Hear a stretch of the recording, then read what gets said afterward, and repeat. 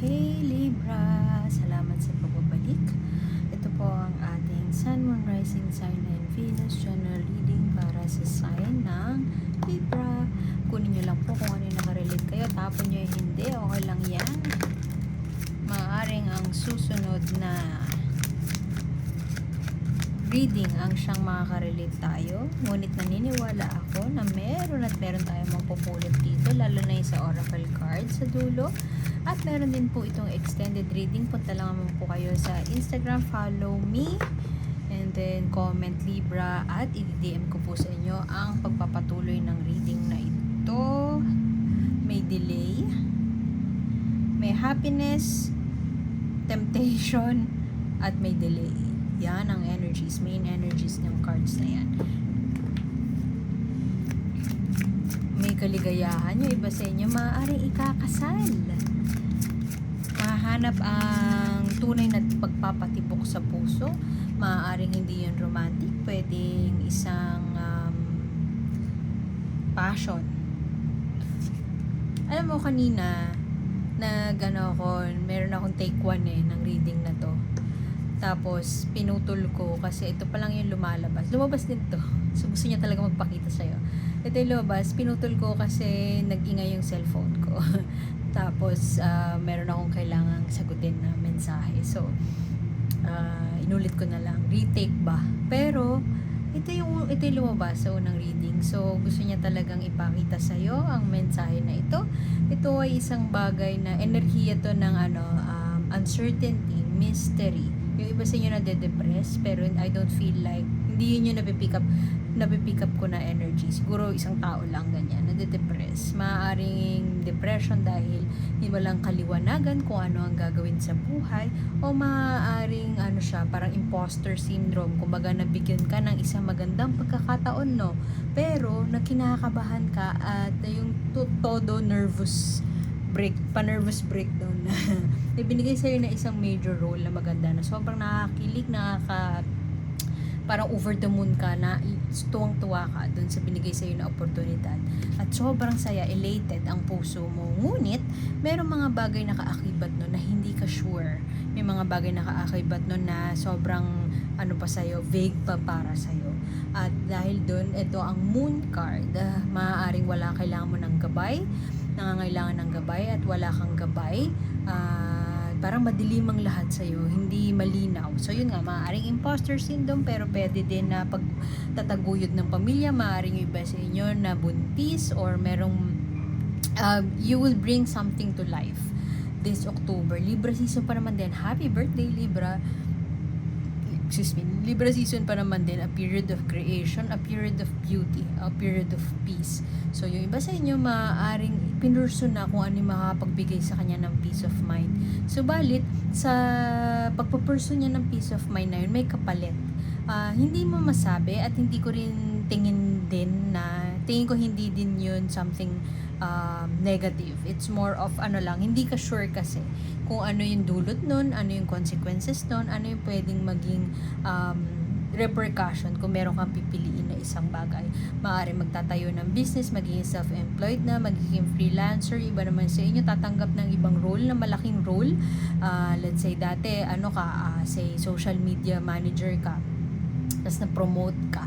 Nag-apply ka pwede din nag-apply ka sa ibang kumpanya, tapos project manager ka na, operations manager, o kaya say, I don't know, PPC manager ka na. Yung mga ganun, mabigat na role, pero excited ka at the same time kinakabahan ka. Kasi hindi mo alam, parang may kapalit ba tong sobrang kaligayahan na nararamdaman ko. Kung hindi pa dumarating sa'yo yung bagay na magpapakilig, na elated ka, na magpapaligaya sa'yo, padating siya this October. At pagkadating nun, bigla ka mapapaisip, parang wala, ano yung ginawa ko para ma-deserve ko to isang malaking bagay na napakagandang biyaya na parating sa akin. Subalit mapapaisip ka din na parang, anong kapalit nito? Ganon. Maaari din na may delay at maraming distractions ang darating sa'yo this October. Siguro yun nga, bibigyan ka ng role, no? Tapos i-announce mo sa Facebook. Tapos ang dami nang mag-message sa'yo, ang daming mag-iimbita sa'yo na maging speaker, ganyan. Ang daming mag-iimbita sa'yo na i-try itong mga bagay na yan. So, maraming temptations. Pwede din na meron kang brand partnership, brand deal, tapos biglang tuloy-tuloy na i-racket mo from there. Pero dahil nagtuloy-tuloy siya, ang ang repercussion nun, or ang kapalit nun, not necessarily kapalit, parang kaakibat nun na dumating, ay maraming options ang ibibigay sa'yo.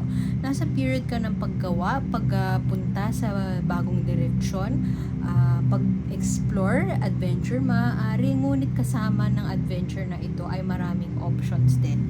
So, ingat ka sa pagpili, ingat ka, use your inner compass, your intuition, use your wisdom wisely, equip ka na doon dahil maraming opportunities ang darating pero marami ding options, maaaring temptations at maraming mas mataas yung chances na magkamali ka ng pipiliin.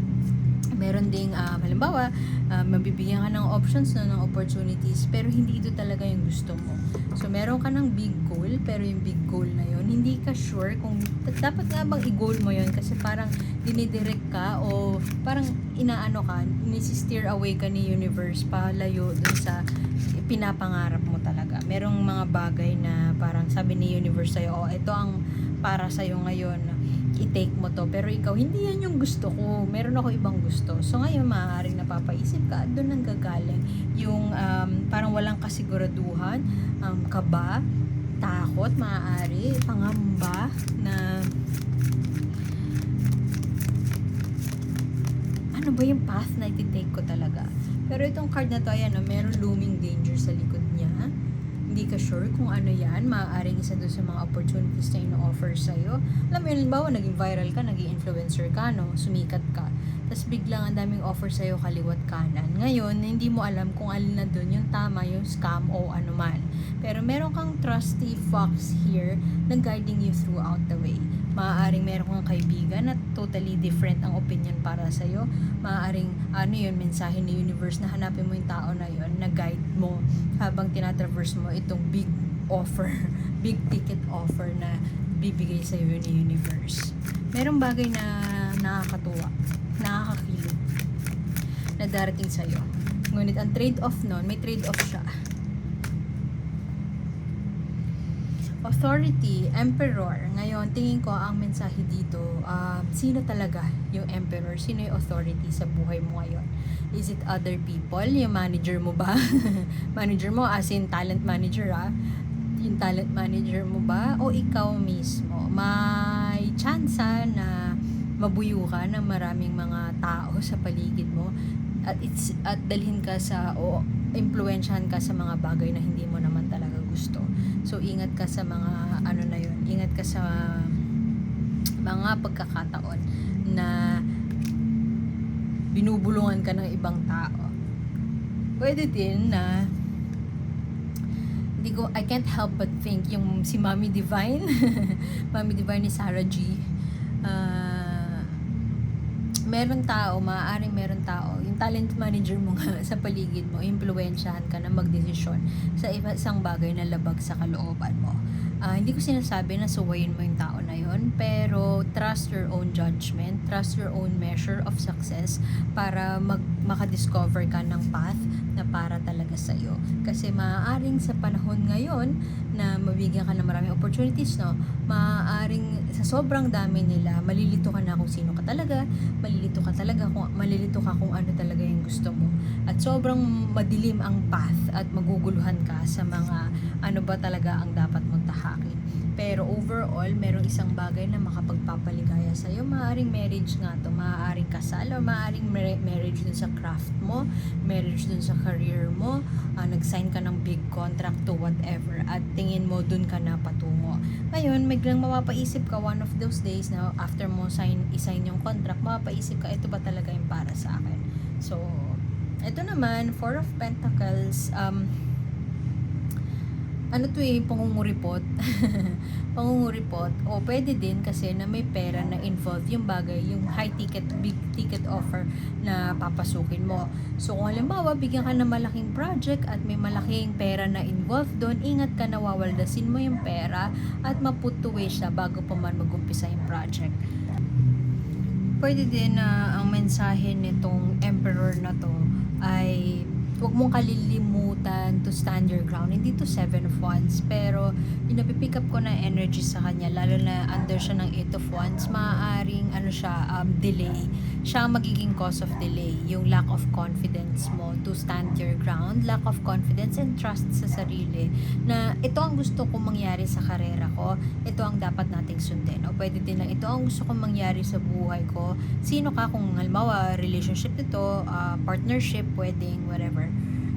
Ito ang gusto kong, ito yung vision ko sa sarili ko, paano tayo mag-meet halfway, how can we agree to disagree, kasi maaaring ito ang downfall ng ng wedding or ng happiness na big ticket offer na ibibigay sa'yo ng universe soon.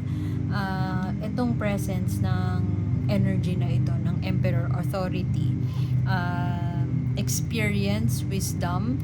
Maaaring may imposter syndrome ka, hindi ka sure na parang shit, deserve ko ba to talaga? So dahil yung doubt na yon, lalamunin ka ng doubt na yon, at yun ang magkukos ng delay. Pwede din na yun nga, ibang tao ito, someone na sobrang minamanipulate or kinokontrol yung decision mo sa buhay. Pwedeng parents ito, pwede din na boss ito, na siya yung nag-iimpluwensya sa kung paano ka mamimili sa mga bagay or oportunidad na darating para sa'yo. Maaaring may involved na pera, so ingat ka na ma-scam ka, involved ang pera, ayaw mo talagang gumalaw ng pera. Hindi ako para magsabi sa'yo na mag-invest ka sa gantong bagay. Hindi rin ako para magsabi sa'yo na huwag ka mag-invest. Ang sundan mo ay kung ano yung kutob mo, kung ano yung tingin mong tama para sa sarili mo. Kasi itong card na ito, maaaring yun nga, pagkukuripot, pero pwede din na ito, kasi ang konsepto ng abundance, para siyang puno. Magkukultivate ka, tatanim mo siya, pero kailangan anihin mo din siya. Hindi mo siya kailangang hayaang mabulok. So, hanapin mo yung balance. Life is all about balance. Hanapin mo yung balance ng pagbibigay at pagre-receive. Pera man o relasyon o enerhiya man na binibigay natin sa ibang tao. Mukhang ito ang i-explore ko mamaya sa extended reading. So, follow nyo lang yung sa IG, nandun yung extended reading, kasi malakas ang enerhiya ng moon, malakas ang enerhiya ng uncertainty, self-doubt, unclear about which direction to take, maaaring depression, nalulungkot sa sitwasyon, may maligayang, may yun nga, high ticket offer, big ticket offer na ibibigay sa'yo, i-offer sa'yo, mangyayari sa buhay mo, pero ang trade-off nun ay bibigat din yung responsibilidad, bibigat din yung doubt sa sarili, at magkakaroon din ng pagkakataon na pagdududahan mo yung mga tao sa paligid mo. Lalo na nandito yung 7 of Cups reversed, yung isa kong deck, ang ano nito, ang picture nito ay si Alibaba. 'Di ba? Maraming lamp sa harap niya. Alin doon yung may genie, alin doon yung magbibigay ng katuparan sa pangarap niya. Pero at the same time, 'di ba, yung kwento naman, yung Aladdin, 'di ba, parang base siya doon. Mamili ka ng tama at be careful what you wish for. Gamitin ng tama ang 3 wishes na meron ka, 'di ba? Yun yung lesson doon. Kasi yung Aladdin, yung dulo noon, 'di ba, nag-wish siya na mapalaya yung genie. So, merong wish na maaaring hindi makabuti sa atin all along. So, ingat ka. Lagi mong tignan yung bigger picture. So, ayan, meron pang delays dito at meron pang parang repressed feedback. Pwede din ito in the form of, halimbawa, yun nga, nagkaroon ka ng success, no, in your career, in your relationship, wedding, let's say nag-viral ka nga, nagkaroon ka ng 20 million followers overnight, yung ganon. Wag kang lumayo dun sa kung sino ka as a person, at makinig ka seek the counsel of your friends. Kasi kung ang sisik mo lang na counsel ay yung counsel ng authoritative figure na to, which could be in the form of yung talent manager mo nga, yung parents mo, na parang nagdududa ka na kung tama, parang do they really care about me? Ang sundin mo yung counsel, yung inner wisdom mo, at yung, yun, seek the counsel of your friends. Uy, agad-agad. Secrets. Tingnan mo, moon din, no? You hold the key to the secrets. Same idea nung sinabi ko kanina before this card flew out. Na seek the counsel of your friends, or paniwalaan mo yung intuition mo, yung inner judgment mo, yung inner compass mo. Kasi yun ang nakakaalam kung ano yung nakabubuti para sa'yo. Kasi maaaring masisilaw ka, shiny object syndrome, masisilaw ka sa mga bagay-bagay na ipipresenta sa'yo. So, take ka lang ng take. Sabi nila, di ba, grab the opportunity. Pero alin nga dun talaga yung opportunity. So, alam mo yung ikaw ang nakakaalam ng sagot, at wag basta-basta maniniwala sa mga advice sa mga tao na hindi mo pinaniniwalaan. Medyo vague yung statement na yon all throughout. So, ang masasabi ko lang doon, when something doesn't feel right, it probably isn't right. So, you hold the keys to the secrets of the world. Isa pang vague din tong oracle na to. Pero, bata siya, di ba? So, embrace the world with curiosity and with child's eyes. Walang masamang tinapay, kumbaga. No judgment sa mga tao nag-o-offer sa'yo ng kung ano-ano. Pero kapag meron ka ng period para pag-isipan siya, take your time na pag-isipan siya, kasi yung kasagutan doon, nasa puso mo. Nasa puso mo. Sorry, napaka-vague din nun. Pero diba sabi ko kanina, seek counsel from people. I-balance mo yun dun sa sarili mong gut feel. So, iwan ko na yun dun. Ang continuation nito ay nasa Instagram. Follow nyo lang ako, and then comment kayo ng Libra, ganun. At susundan ko, i-DM ko sa inyo yung link. So, ano naman yun, hindi ko naman kayo i-check out. Hindi ko i-check yung profile mo. So, go lang. Salamat at see you soon. My name is A. Bye.